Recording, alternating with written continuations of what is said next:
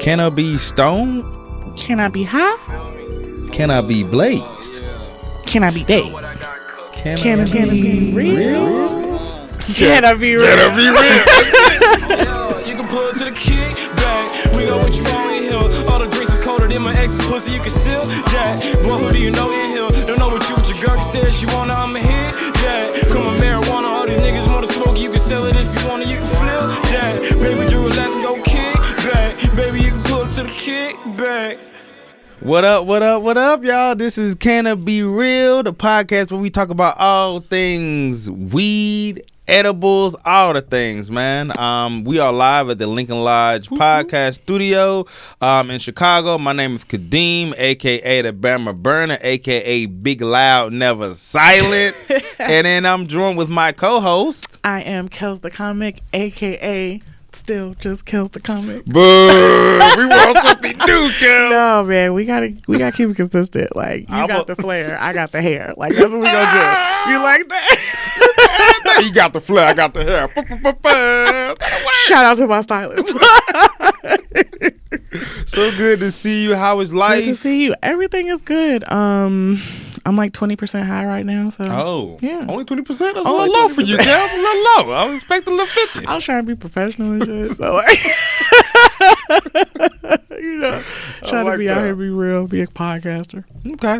Yeah, you got to balance. Get too high. That's like Exactly. you go to like a company party and somebody too drunk like this man gonna lose his job. Exactly. He ain't gonna be here next week. Exactly. I'm trying to get to the next episode. I like that. Exactly.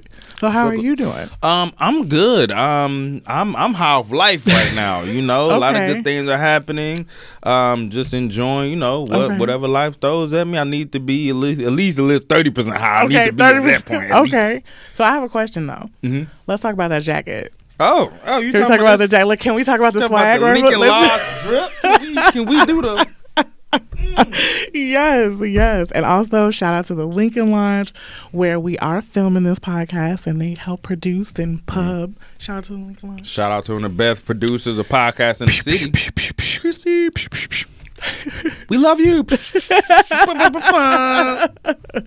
But no, so today we're talking about Chi-tiva and I can't wait to hear what your review is. Chitiva is amazing. I went a couple weeks ago. It is a lounge in the city, right? Okay. And there's the reason why I specify it's a lounge is because when I got in there, they had a bunch of different events. I go into the events later, but me and my girl Andrew, she was like, "Hey, let's go to this event." Her friends were coming in, so we went there, and it was bingo, right? Which seemed like a regular, bingo seemed fun. But when we got in there, I saw that it had THC slushies. So you can get like a $6 slushie for a small, like 10 milligrams. Okay. Or you can pay $10 for I want to say 20 ounce slushie, so right? You got the $10 one. So I got, it was a slight night. I was more interested in bingo. I was channeling my inner grandmama. So I had a little bingo, like, pop, I'm ready. I have a little marker.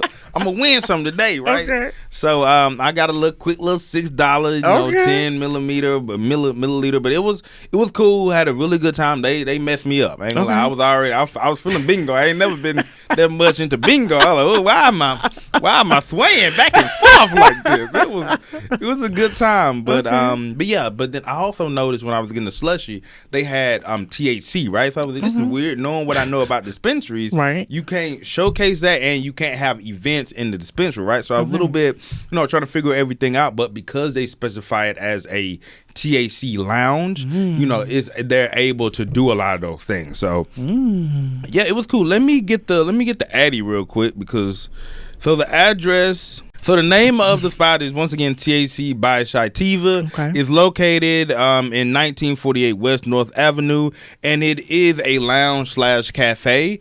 So like I said, that's how they're able to get events as well as the the different weed that they had in there. It was a vibe. It was definitely a vibe. I walked in, there was plants everywhere. I'm a plant man. I got a few plants at the crib, so I was like, oh, this touched my soul. They did have this security guy, but he was like, hey man, go to this little area. You have to sign up, get the picture taken, and you're good to go. I don't know what it was for. I just what it was for. Yeah, Just the one. officer that was in there cutting the fool. This is him. No, we took his picture because we knew this is some good shit. Here he is. Cutting up. So it was once we did that, we sat down and then we played bingo for like an hour and a half. You can win really dope prizes there. So bingos are Tuesday nights. Okay. The music was good, really good R&B, rap music. And it was in, I want to say, Wicker Park area. Okay. Yeah, in that little area, very fun, very engaging. The staff was amazing. They were able to have like maybe 4 or 5 different slushy options. And it was just a cool environment. It was like diverse, a lot of people from all different types of walks of life. And then I also looked at their website. They have a bunch of other events. Like they have paint and puff days. They have, like I said, the bingo nights. They have yoga there, Okay, you know. yeah. I want to be high and do yoga. Yeah, I wanna just be high and do stretching and everything. then choking. That's Right? amazing. That's I like gotta that. be. It's got to be some enlightenment. Gotta be. So it was a good time, and we'll talk about a little bit more as far as the 5 blunt raps later on. Okay. But like it was a really good time. Okay, cool. I was definitely jealous because I didn't go on that review with you, but I will shoulda be went. there. I know. I won some free stuff. They had some really good prizes. I won like a free slushie next time I go. Okay. They have sponsorship, so I won like a free burger at the IO, theater. And then if you win, of course, bingo, there's really big prizes. But if say you get like, and then they had different type of bingos, but say you have like a full board bingo, so all the pieces are taken care of in like 20 spots. You win like a Bears tickets or something like Okay, that, or let some me- big items like that. So Let me make sure Bay know about bingo. yeah, Tuesday at Chi-tiva, TAC by Chitiva. Very fun. Okay. So, on my jealous research, when I was looking, I was like, I want to be like Kadeem. What's going on with Chi-tiva? When I scrolled down, I saw their true social equity. And it says, as a local woman, minority, and veteran-owned business, we fight corporate greed and Walmart weed by producing and offering an artisanal craft experience for our customers. More importantly, we give back and contribute a portion of our revenues to help fund ECCSC, which is ex-cons for community and social change, so that those who have been disproportionately impacted by the war on drugs can be reintegrated into society and have been given skills to positively rebuild these communities.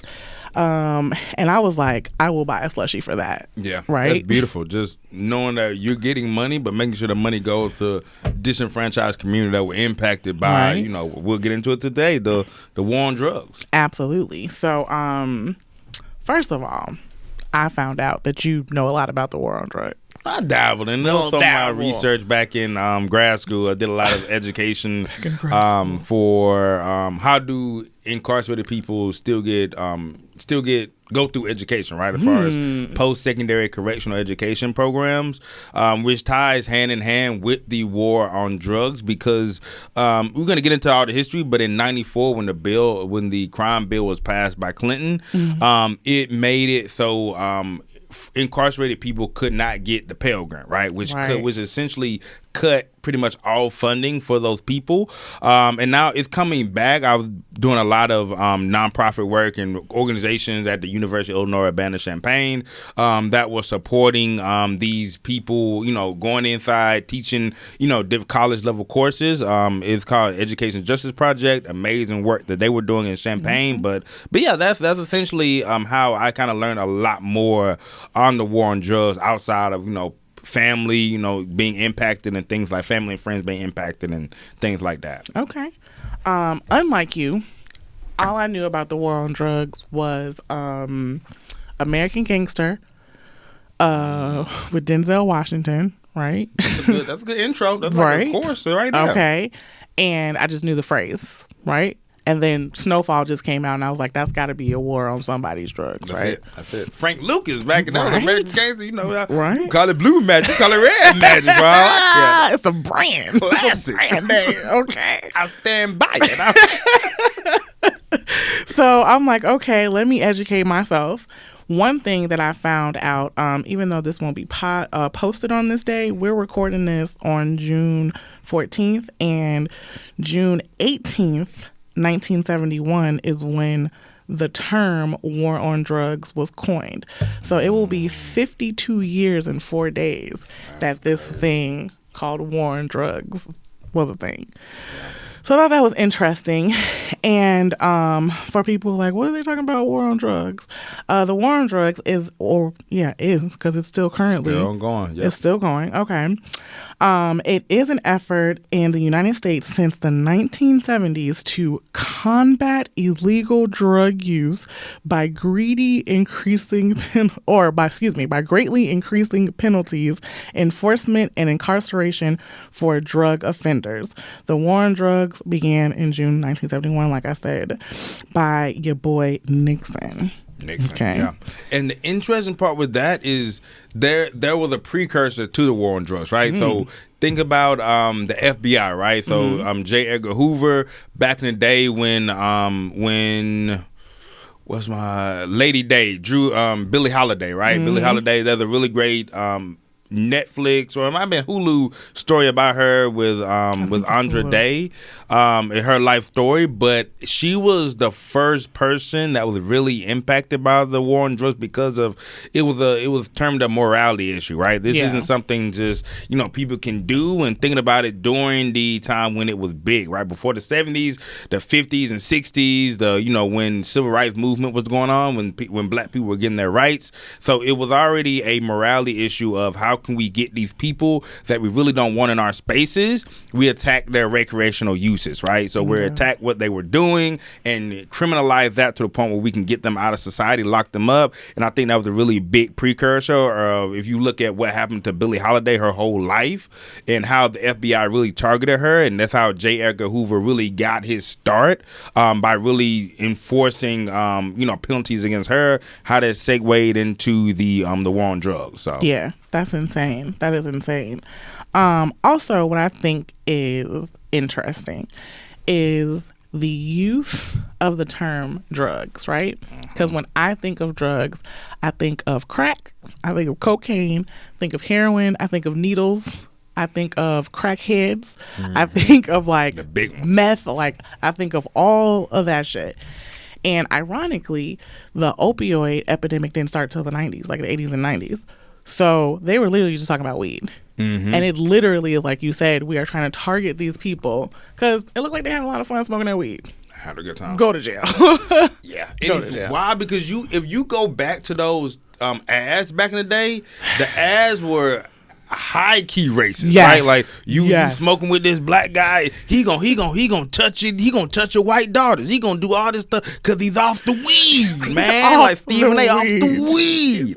So it was already before the 70s really came, it was already a stigmatization of drugs. So by the time the 70s hit, people were already on board of, okay, we need to get these people out of society, because there was once again disinformation about what weed and other drugs like that will do to people. So it became like, oh, we need to get these people out of our societies. Absolutely. And so the war on drugs directly affected mass incarceration. And mass incarceration, what we now know is just modern day slavery. So it literally was like a vicious cycle.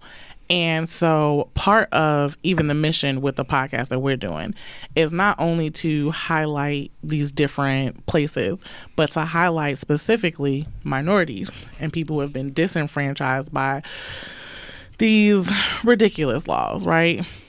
Now, creating space in a legal way and kind of getting like some energetic reparations, right? I like that. And so I really love that they were like helping the ex-cons and like trying to like you said, like let's get them back into society and like all the other stuff, because it really is something.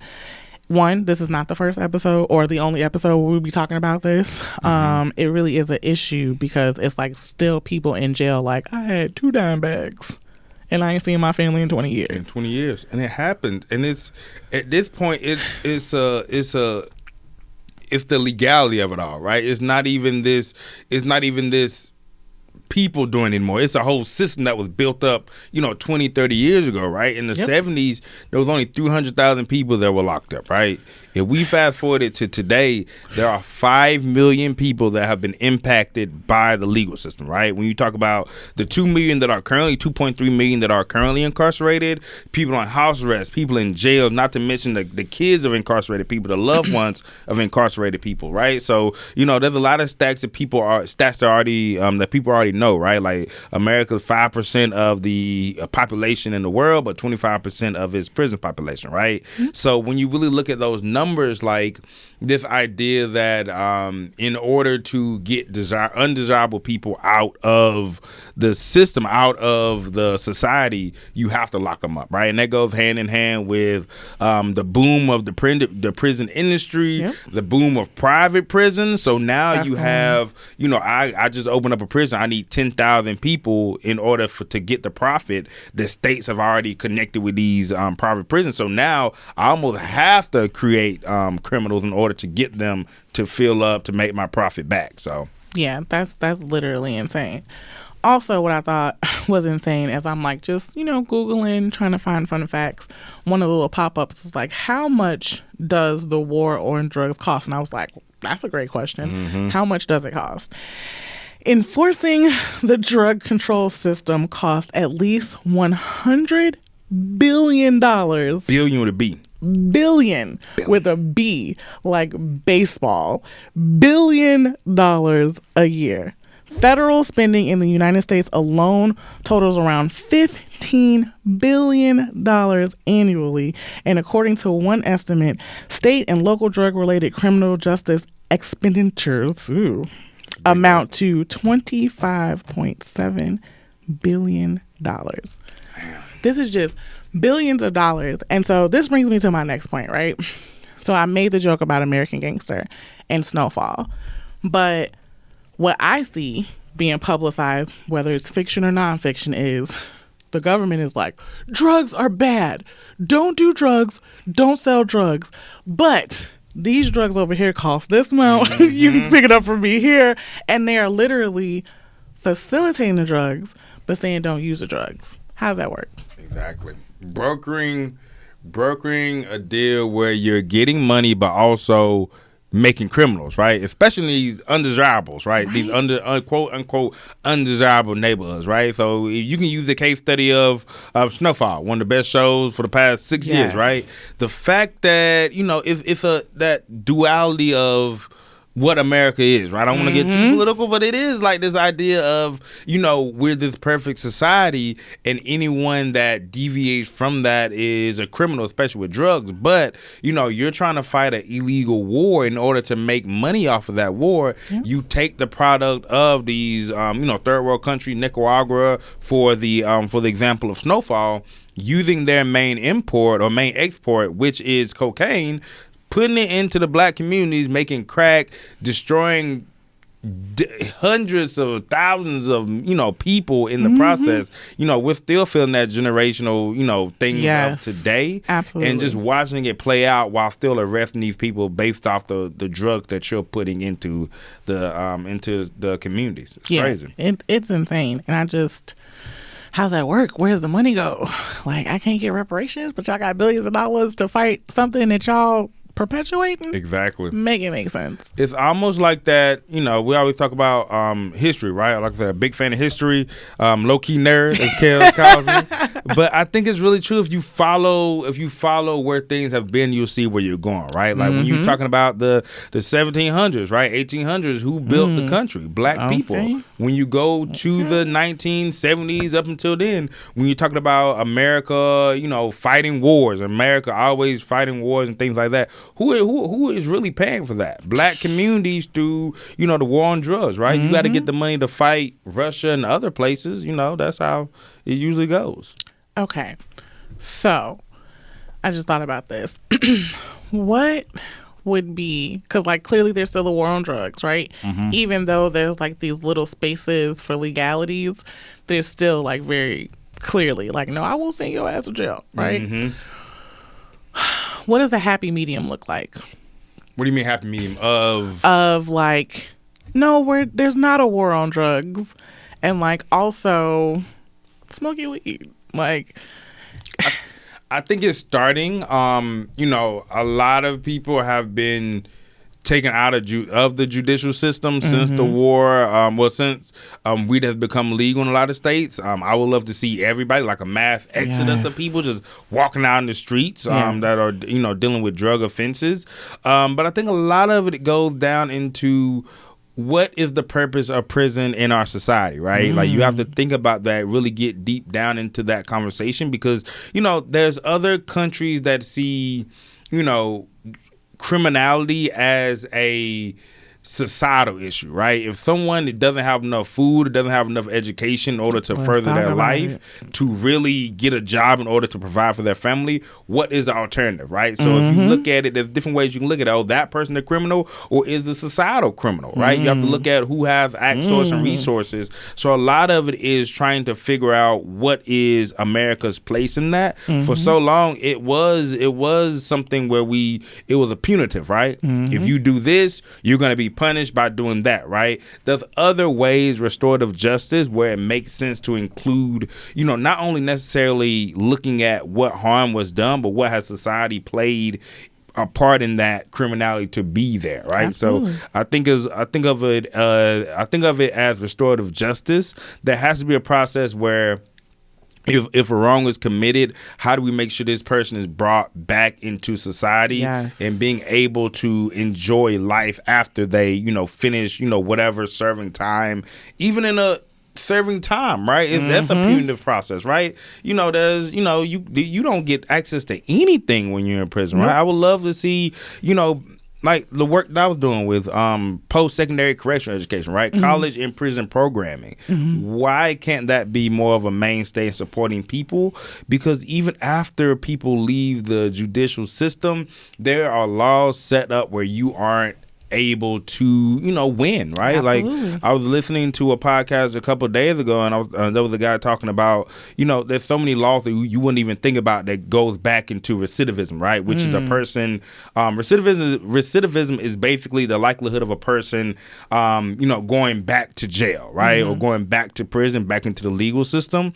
So if you look at that, think of one of the laws stating, you know, you can't live in certain communities, right? You can't live in certain, like, there's background checks, which is, you know, things are changing. No, that ban the box is real. It's happening in a lot of states. But, you know, other states, you can't live in different neighborhoods, right? So then you have to go back to the same neighborhoods where crime is more rampant, right? There's not enough resources. So now you're back in the same environment that got you to where you were. So I think it goes back into a lot of, you know, what are we doing and how can we really support people?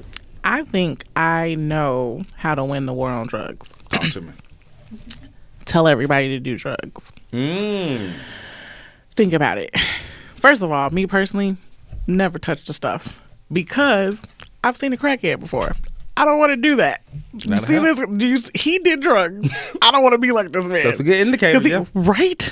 If you just scared straight everybody, this is what drugs looks like. I like that. So right? Scared straight, you have people do the fucking, because also whenever you tell somebody don't do something, you're like, oh, I gotta do it. You're telling me don't do this. I have to do it. The only reason why I drink is because it's like, oh, you're not supposed. Okay, I wasn't supposed to drink when I was 20. Let's do it. I'm gonna do it. Exactly. I'm gonna do it. So, if you tell people, no, do you want to do crack? Here is crack. Please do it, and it will destroy your life. I think people be like, I don't think I should do that crack. Yeah, I don't think I should do that. Even in weed, right? Exactly. Weed hasn't been, because it was illegal for so much. Now people, it's legal. Most people, it's cool. It's literally, nobody's fighting over weed. There's no tussle because it's like, oh, it's just weed. Relax. Yeah. I'm interested in seeing how Oregon does that, because Oregon is one of those states that are pretty much legalizing everything. Yeah, I heard about that. Mushrooms, I think. Heroin as well, like pretty much everything in Oregon, whatever you want. I think that's the ticket. Like I think addictive personalities, that's a whole nother thing, right? Yep. But if you are of sound mind and body and regular addictions, if you do something and it's like, oh, I don't like how I felt, you're gonna stop doing it. Yeah. Or you'll be a crackhead. Either way, you will have learned. You see what I'm saying? That. You will have learned your lesson. Yeah. Like you get too drunk, you like, oh, I need to stop at 2. And figure out your limit. I have been too high before, and I was like, you know what? Don't finish the whole blunt. Learned it. Lesson learned. Lesson learned. I think there is something to say about, we're talking about the reasons why people, get into those hard drugs. It's never like, I'm having a great life. Let me just check this out, right? There's always exactly underlying factors that impact a lot of things, whether it's trauma, losing jobs, losing resources. So all that goes back. I think all that goes back into society. If we if we really look at society and see if there's ways to minimize people's need to escape that when things go bad, I think we'll be in a better space to even, like you said, do the Scare Straight program, because people are able to say, okay, I have this X amount of things happening for me. Maybe I don't need to try, maybe the harder drugs. Yeah. I wonder if, I don't know, I wonder if we even still, as much information as we can Google, as we know about, the war on drugs, and that, yes, the government has a hand in it. I wonder, do we still even know? You know what I mean? Mm-hmm. I wonder, because there's so many different intricate parts to it, right? We talked about mass incarceration, the privatization of prisons, things like that. There's so many underlining things. It's I kind of feel like y'all just said the war on drugs, so we're not looking at what the real war is. Exactly. I think that's huge. I think, and I think with the way it works now, you can be in a bubble and only know what you want to know with the group that you're in. I'm from Alabama, right? It's always a criminality issue. There's no issue with the system. You decide to do this, so you need to go to jail. You need to pay the crime, right? Pay the punishment for the crime. But in other regards, I do think, things like Snowfall and, American Gangster and, Narcos, all those other dope spots or dope entertainment or dope shows are kind of pointing the light, because pop culture is where you get a lot of the information. Even the documentary 13 back in the day, right? Yes, so that was good stuff too. Like that is you learn through watching things, because, you might see it the situation with mass incarceration is mass, right? But if you don't know that narrative is important, right? If I'm dealing with a person that, if my dad went to prison, right, for selling drugs, there's a feeling of shame, there's a feeling of not being able to tell people. But if you see half the people in the neighborhood are dealing with that, then maybe you can't really analyze my own story. This seems like a little bit more systematic, right? If you do it, you dealing with it. It's not just me, right? Right. So I think that's important to just kind of keep in mind too. Okay. What is something you think that we can do, just as regular civilians, to be mindful of people who have been affected by the war on drugs, and also just not perpetuate that energy? That's a good question. I think a lot of it is just in really analyzing your own biases with formerly incarcerated people. I think when you think of a ex-con, right? Even the way we say that, right? When I was in grad school, and it's supposed to be, it's not funny right now, right? This is one of the things. It's hard to talk about mass incarceration with exactly. But it's one of those things where I think is the naming of those people, right? Absolutely. Incarcerated people, versus convict and things like that. So I think that's one easy thing we can do. And also, talk to your local politicians, right? The ban the box method of getting, the question, are you formerly incarcerated? Have you served time? Get that off of, the housing leases, right? Get that off of, apartment rentals, jobs and things like that, so people can really integrate back into society, so they don't have to feel like, hey, now I got to get back on the block in order to protect and, make sure I have enough food to eat, right? So I think that's a lot of it too. So I want to play a little bit of devil's advocate, because I actually like the idea of somebody who has been in jail for weed not having to put, I was in jail on a rental application. But also, if you killed 7 people, I kind of want to know if you're going to move in my building. That's true. So how do you navigate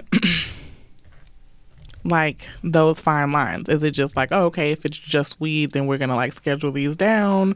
Or if it's because there is a certain amount of, as much as I want to be no, let all of the people who have been incarcerated just come back into the community. Also, leave that nigga Dahmer where he at. You know what I mean? Don't. Yeah. I want to separate the crazies from the, you fucked up. My bad. Yeah. I think that's a really good point. I think goes two things for that, right? So I think there is. I noticed this when I was doing a lot of this work. There is a difference in how people perceive, violent crimes versus drug offenses, right? A lot of it is important to know, like, a lot of people who go through the prison system, it's not just like you said, mass violence, right? Yeah. I think now when you're talking about, people who've shot 5 or 6 people, that's a real conversation in terms of mass shootings versus a misunderstanding that happened in 1980 where one person was shot, right? Yeah. It's important to keep in mind, like, crime usually, or your tendency to commit crime usually goes down as you get older, right? You don't hear a lot of 50, 60-year-old, pulling out a knife and, doing what they got to do, right? Exactly. 60. So I think it's important to go back to that. Keep that in mind, but also, what are they learning inside the system, right? It goes back to that. If you keep a man for 30 years and all he knows is protect myself, while I'm in prison, not learning any skills, not learning ways to deal with that anger, not knowing how to deal with emotions and knowing how to put those in perspective, then, when you get out 40 years later, what have you learned in the last, 40 years? So I think it's important. We have to analyze the system as much as we analyze, individual cases. Absolutely. I agree with that. There definitely needs to be like strong analysis and like reformation when it comes to the whole system, because there's got to be like it's too black and white. It's got to be some gray in there. There's got to be some color. There's got to be some purple, some something, pink, something. Make it more of a Starburst. Literally, because I really like what you said as far as like I got into a tuffle and somebody got shot, and like, no, I just shot up an entire school. I think we need to approach these two things differently. And there's not enough, like individuality. It's like, hey, all of y'all eat this same nasty crap. All of y'all go to sleep at this time. All of y'all, and it's not really about reformation. And I think it is something about being institutionalized. Because, right, all you guys are having the same experience. So you are being institutionalized. And for somebody who really did have a dime bag of weed or, like, accidentally stab somebody to be in the same place with Mr. Mass Murderer, that's got to be a thing. It's different, right? Yeah, now you have to adapt in that environment. Yeah. Versus, you selling a dime bag when you 18, right? That almost turns you into this. Exactly. Thing. Yeah. Talk about criminality, right? And I think we've done this before, right? We know what justice look like for the opioid people, right? People who are, and it is different, right? When you look at demographics, when you look at weed and crack, it's very darker versus, the opioid crisis, which, even the way we talk about it, right? Opioid crisis versus the war on drugs, right? So I think that goes back into, we know how to deal with this depending on who it is, right? So when you look at Jamal went through the war on drugs, right? He's a criminal. He's a person who went through that. But when you look at Brandon, Brandon has a disease. Yeah, he got a disease. Brandon is fighting a battle, right? Yeah. So even the way they're marketing those two things is, by design. So that's very, very true. I agree. Okay. Yeah, but I think the best part about, watching it on pop culture, right? When you talk about, Snowfall and, you get a chance to really, they paint the picture of it. It's not just, a rap sheet and people are going to jail handcuffed. Like, this is a story of how, Franklin, if you watch Snowfall, right? Franklin was trying to go to school. Oh, that hurt my feelings. Yeah, we can talk about that. I was upset about it. Because it took me a minute. But what would be the best way? How he can't walk into the sunset? Why not? One, why not? I was in the same boat. But if, say Franklin had did what he did and got the money, since he had to let him, get the money, would the government have let him live? Yeah, because everybody else would have been alive. You really think Teddy would have forgave pouring acid on that man's chest or grease on that man's chest? So here's the thing. After you pour acid on my chest, I believe that you'll pour acid on my chest and I'm not going to fuck with you. Like, this is what I'm like. I feel like Franklin proved his crazy. And it was like, maybe I don't want to mess with this crazy dude. I think you really don't. You think they would have just came back for him? I think Reed is very vindictive. I think he followed his dad all the way to Cuba. That's true. That is and true. shot him. Like, I think That's true. I do feel like, I don't know, we going through the weeds on this, but I think, you know, at first I was pissed because like you want him to win, right? He put all this energy, he made all these sacrifices, but at the same time, if you look at all the things that Franklin did over 6 seasons, he was a wild boy. Why are we rooting for this man? I mean, he was a wild boy. He was a wild boy, but also I feel like he was externally institutionalized. Like, no, he wasn't in prison, but they like Teddy molded this man into not just a criminal, an insane criminal. Yeah, the devil. Literally, he became the devil, and that came from this little demon that came up like, "Do you want some drugs?" Like, that's a wild shit. Yeah, and I think it goes back to like, you know, what happened to Franklin at the end, right? Became pretty much a wino, right? Drinking, a drunk. So, you know, how many people do we have in our own communities that touch the precipice of success, right? Of, you know, the drug game, and you know, they always say you either end up dead or in jail. Like, he didn't end up, you know, dead or in jail. So this has to be the next step. I would love to see him at least walk away with a meal or two, at least something. You know, start a can he have a house or something, an apartment, a car?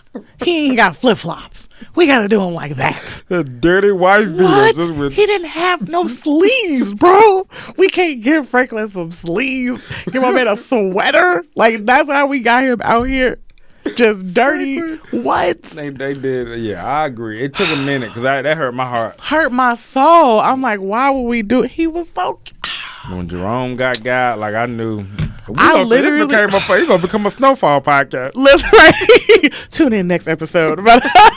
We'll go from first season. No, but it also, I think, is, like you said, very indicative of like real life. This is what's happening to people, and nobody even knows it. Mm-hmm. Like, literally, you're getting.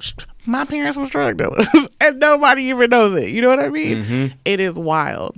Thank God they stopped before they became crackheads. Right? Like, apparently that's what happened. You either be successful or a crackhead. They didn't do either one. So it's hard, right? Because you go through that, and just, especially when you're the U.S., that has to be a weird position, right? When you're the donkey for the U.S., but, you know, you can lose your life and lose your freedom at any time doing things, you know, for the country. Yeah. Damn near. That's absolutely. So I think a takeaway from this episode is don't fuck with the government. Don't fuck with the government. The government. Sell your own nickel bag, but don't get in contact with the FBI.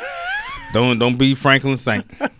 If a white man walks up to you and wants to sell you drugs, the answer is no. Okay? I'll pass. I'm good. No, thank you. Can it be real? Taught me better.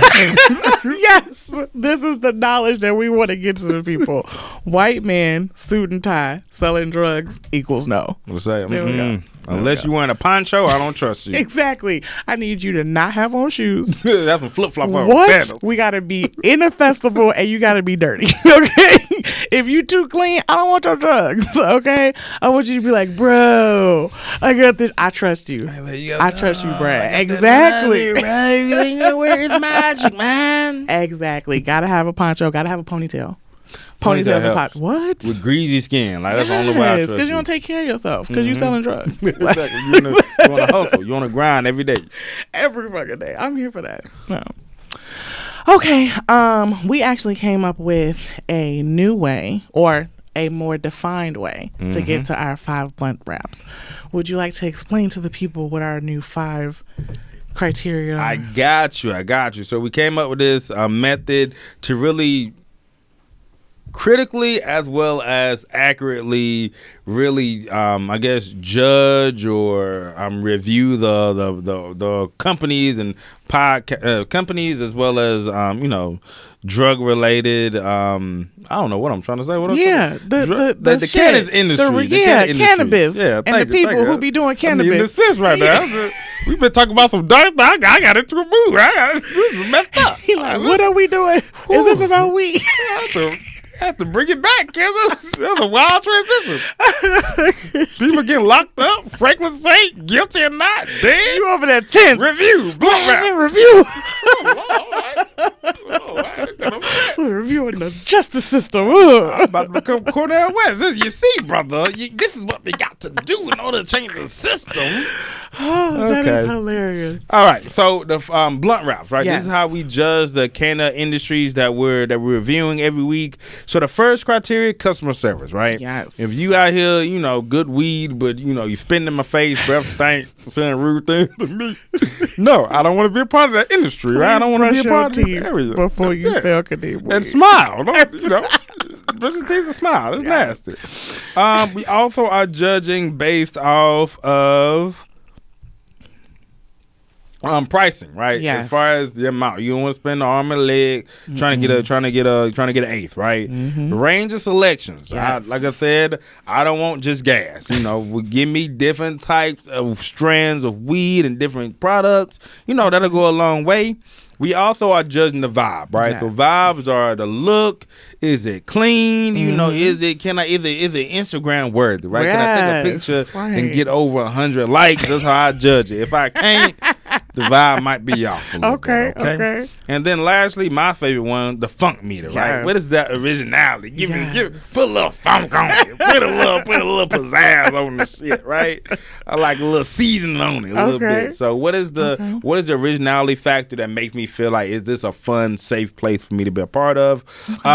For Chi-tiva, I think Chitiva had all of that. The customer service was lit. The pricing was very good. $6, 10 milligrams. You can't beat that. You can't.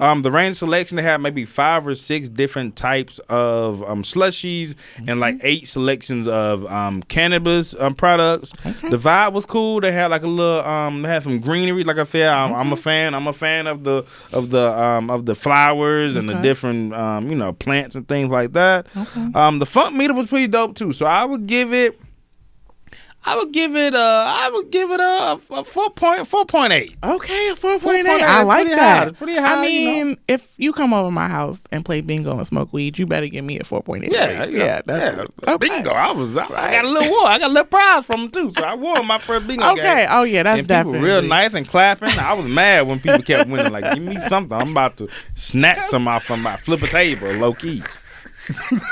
Okay, cool. 4.8. That's pretty high. Okay, we like that. Yeah, no, we got the blueprint now. Like now I know, know what to give it. Okay. So we're at the end of the episode, so I have a few questions for you guys.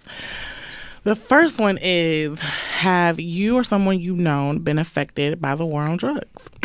If you have, let us know in the comments, or you can go ahead and send us an email to cannabereal@gmail.com. The second question is, what are your ideas in regards to resolving the war on drugs? What kind of questions do you guys have about that? Same thing, put it in the comments. And what's another question, Kadeem? What is your favorite drug movie / TV show? Yes, that is good. What is your favorite? There's a few out there. Man, there's a lot of it. One I just thought, what's the girl, the chick? Oh, frick. It wasn't Narcos. Was it a movie or a show? No, it was a show. Queen of the South? Yes. I haven't seen Queen of the South. Kadeem, what? I've heard good things. Kadeem, what? How good things? Take a vacation from work, from your just watch job, from your livelihood, and watch this show, okay? Stop what you. Matter of fact, end of podcast. Go watch this show. TV out. Let's start episode 1. Let's watch. Literally. Oh my God. But no, that's a good one. Yes, please let us know what your favorite drug movie or drug show is. Yeah, that's I really like what's the name of that? Breaking Bad was good. Snowfall was good too. I didn't finish Breaking Bad. Wow. I know. Talking about Queen of the South. Why you? I know. Sad. So you got some homework to do too. Okay. You're right. I will quit my job and watch Breaking Bad. You're right. So there's a few really good ones out there. So definitely just send us all the information. Yeah. Once again, shout out to Lincoln Lodge. You can follow them. They are number one as far as I'm concerned in Chicago for comedy as well as podcasts. And jackets. And jackets, son. Get that merch. Definitely. Yeah, if y'all can follow the page, how can they follow the Instagram? I mean, how can they follow the podcast? Canna Be Real on all platforms. We have a Patreon, we have a Instagram, we have a Twitter, we have a TikTok, and we have YouTube. And also, you're listening to this, so we're on all the podcast platforms. Yep. And where can we find you, Kadeem? Oh, yeah, if y'all want to follow your boy Kadeem, a.k.a. the Bama Burner, a.k.a. Big Loud, Never Silent, you can follow me at Fuller Comedy, Fulla Comedy, on Instagram, TikTok, as well as YouTube. Awesome. And if you guys want to follow Kells the Comic, a.k.a. Kells the Comic. Boom. Follow it up. We can get that creation up. We can get that funk meter up. What we're going to do is follow me at KELLSTHA, almost like THC. All right. KOMIC on all platforms. And yeah, I'll be there, and you can find links to Canna Be Real through either one of our platforms as well. Yep. Cool, y'all. This has been another episode of Canna Be Real, where we talk about all things cannabis. Until next time, peace. Yeah, you can pull to the kick back. We got what you want in here. All the drinks is colder than my ex's pussy. You can seal that. Boy, who do you know in here? Don't know what you with your girl instead. She wanna, I'ma hit that. Come on, marijuana. All these niggas wanna smoke. You can sell it if you want it. You can flip that. Baby, you relax and go kick back. Baby, you can pull to the kick back.